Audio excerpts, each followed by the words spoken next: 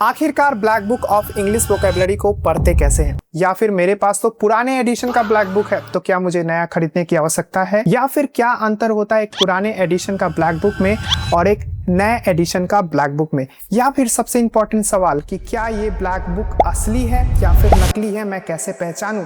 या फिर मेरे पास तो कोई और टीचर के वोकैब का बुक है, तो क्या वो मोर देन एनफ है या फिर मुझे ये खरीदना ही पड़ेगा? और ज़्यादा लोग इस बुक को खरीदते क्यों हैं?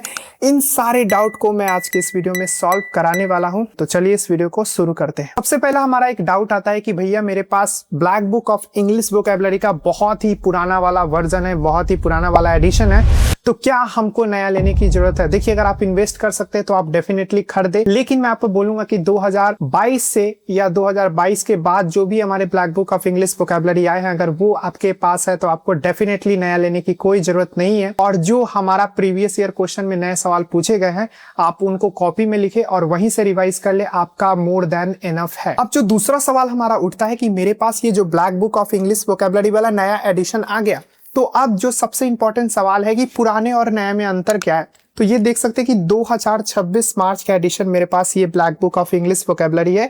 इसमें आप देख सकते हैं कि टोटल 21,000 शब्द है, टोटल 21,000। इससे जो पुराना एडिशन था, यहाँ पे आप देख सकते हैं कि 2024 वाला, वहां में क्या था हमारा? वहां में था हमारा मात्र 20,000 शब्द, यानी कि 1,000 नए शब्द इस नए वाले ब्लैक बुक में जोड़े गए हैं, जो कि मार्च 2026 का एडिशन है। और यहाँ पे आप देख सकते हैं आपको ये पूरा का पूरा 21,000 शब्द पढ़ने की कोई जरूरत नहीं है, क्योंकि इसमें मल्टीपल एग्जाम का भी है। आप ऊपर में पढ़ सकते हैं कि ये SSC, D, SSSB, defence and other competitive exam का भी इसमें है। अगर हम सिर्फ बात करें SSC की, तो SSC का नया 417 वर्ड ही इसमें जुड़ा है। तो हाँ, आपको ये पूरा पढ़ने की जरूरत नहीं है। सिर्फ अगर आप SSC की प्रिपरेशन कर रहे हैं तो सिर्फ आप SSC का ही पढ़े, और अगर बाकी आप कॉम्पिटिटिव एग्जाम का कर रहे हैं तो उसके अकॉर्डिंग ही पढ़े। आपको ये पूरा का पूरा ब्लैक बुक पढ़ने की कोई जरूरत नहीं है, क्योंकि इतना बुक किसी को याद नहीं रहता भाई।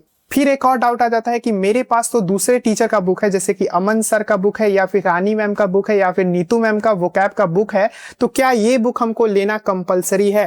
तो जी नहीं। अगर आपके पास किसी भी टीचर के वोकैब के बुक है जो कि SSC के लिए पढ़ाते हैं, तो वो मोर देन एनफ है और आपको ये लेने की बिल्कुल भी जरूरत नहीं है। लेकिन अगर अभी तक आपने कोई भी वोकैब का बुक नहीं खरीदा है, तो मैं आपको डेफिनेटली रेकमेंड करूंगा कि आपको ये ब्लैक बुक एक बार जरूर चेकआउट करना चाहिए। बहुत ही अच्छा बुक है। अब जो एक डाउट आता है कि इस बुक को आखिरकार हमें पढ़ना कैसे है? जैसे आप इस बुक को खोलते हैं, आपको बहुत सारे कैटेगरी मिलते हैं, जैसे कि A1, जहां पे आपको 201 वर्ड सब्स्टिट्यूशन दिए गए हैं SSC एग्जाम के लिए, और बगल में आपको लिखा गया है कि ये कितना बार रिपीट हुआ है। जैसे कि जो ये शब्द है वो 19 बार रिपीट हुआ है। और साथ में आप देख सकते हैं कि ये वर्ड जो है हाईलाइटेड है, यानी कि इसका मतलब ये होता है कि इसका स्पेलिंग भी पूछा गया है आपको। यानी कि ये जो शब्द है स्पेलिंग के तौर पे आपको 11 बार पूछा गया है, और ऐसे वन वर्ड सब्स्टिट्यूशन के तौर पे आपको ये 19 बार पूछा गया है। तो सबसे पहले क्या करना है, टॉप जो 200 वाले क्वेश्चन है वो आपको सबसे पहले रट लेने हैं। ठीक है, टॉप 200 जो है यहाँ पे जैसे आप रट लेंगे, तो आप यहाँ पे देखेंगे कि ये जैसे आपको 200 वाला ये खत्म होता है, आपको अगले ही पेज में A2 आ जाता है, जिसमें कि आपको 2027 वन वर्ड सब्स्टिट्यूशन है जो कि SSC में पूछे गए हैं। तो आपको क्या करना है, सबसे पहले A1 आपको रट लेना है, A2 को आपको स्किप करना है। ठीक है, मैं क्यों बता रहा हूँ, वीडियो में बने रहिए, आपको समझ में आएगा। पहले आपको ये 200 कंप्लीट कर लेने हैं, जो कि टॉप 200 है, क्योंकि सबसे ज्यादा रिपीटेड है।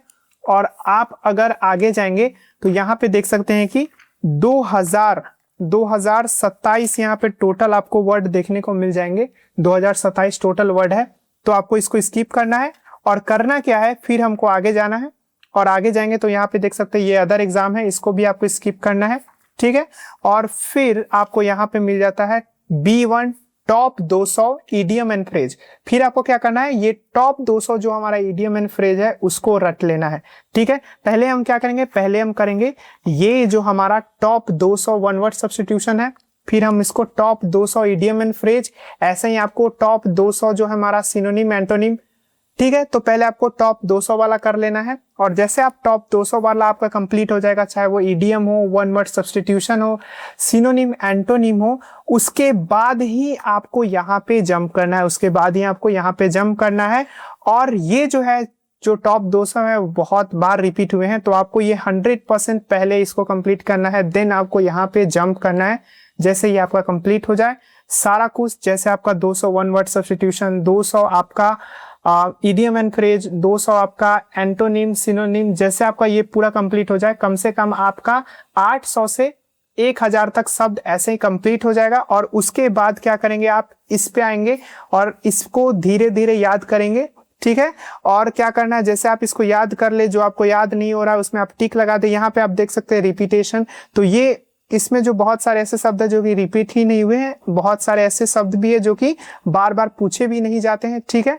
तो आपको ये भी ध्यान रखना, आपको सारा याद करने की जरूरत नहीं है, पहले A1 B1 C1 ऐसे करके आपको याद कर लेना है 200 वाला, तब आपको यहाँ पे अगर टाइम मिले तब आपको यहाँ पे आना है, ठीक है। मान लीजिए कि ये आप सब कुछ याद कर लिए, ठीक है, तो उसके बाद क्या होगा कि आपको यहाँ पे क्वेश्चन दिए जाएंगे, तो आपको ये क्वेश्चन को सॉल्व करना है 2 बार 3 बार, ठीक है। एंड उसके बाद आपका ये वोकैबुलरी कंप्लीट हो जाएगा। यहाँ पे बहुत सारे ऐसे भी वोकैब है जो कि अदर एग्जाम के लिए, ठीक है, यहाँ पे आप देख सकते हैं एसएससी के लिए लिखा हुआ है, लेकिन यहाँ पे आप बहुत सारे ऐसे भी वोकैबुलरी देखेंगे कि जो कि अदर एग्जामिनेशन में पूछे गए हैं, जैसे कि यहाँ आप देख सकते हैं अदर एग्जामिनेशन में। तो आपको इन सबको रटने की कोई जरूरत नहीं है, आपको अगर आप एसएससी का कर रहे हैं तो आपको सिर्फ एसएससी वाला ही रटने का जरूरत है, ठीक है।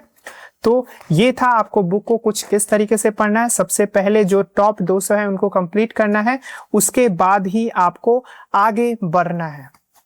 फिर एक डाउट आता है कि इस बुक को हम पूरे अच्छे तरीके से कैसे याद कर सकते हैं। मैं बार बार याद करता हूं लेकिन भूल जाता हूं, तो इसका सोल्यूशन ये है कि यूट्यूब पे एक चैनल है, देसी पढ़ाकू यूट्यूब चैनल, जहां पे उन्होंने इस बुक के बारे में सारा चीज बना रखा है, यानी कि आपको सब चीज के ट्रिक देखने को मिल जाते हैं। तो आप उस चैनल को डेफिनेटली विजिट करें और वहां से आप उसको बहुत ही अच्छे तरीके से याद कर सकते हैं। और अगर ये वीडियो आपके लिए एक इंपॉर्टेंट वीडियो साबित हुई होगी तो इस वीडियो को लाइक करें और कमेंट में बताएं कि ये वीडियो आपको कैसा लगा। अगर आप चैनल पे नए हैं तो चैनल को जरूर सब्सक्राइब कर दे, बेल आइकन को प्रेस कर दे, ताकि इस तरीके का इंफॉर्मेटिव वीडियो आपके पास सबसे पहले आ सके।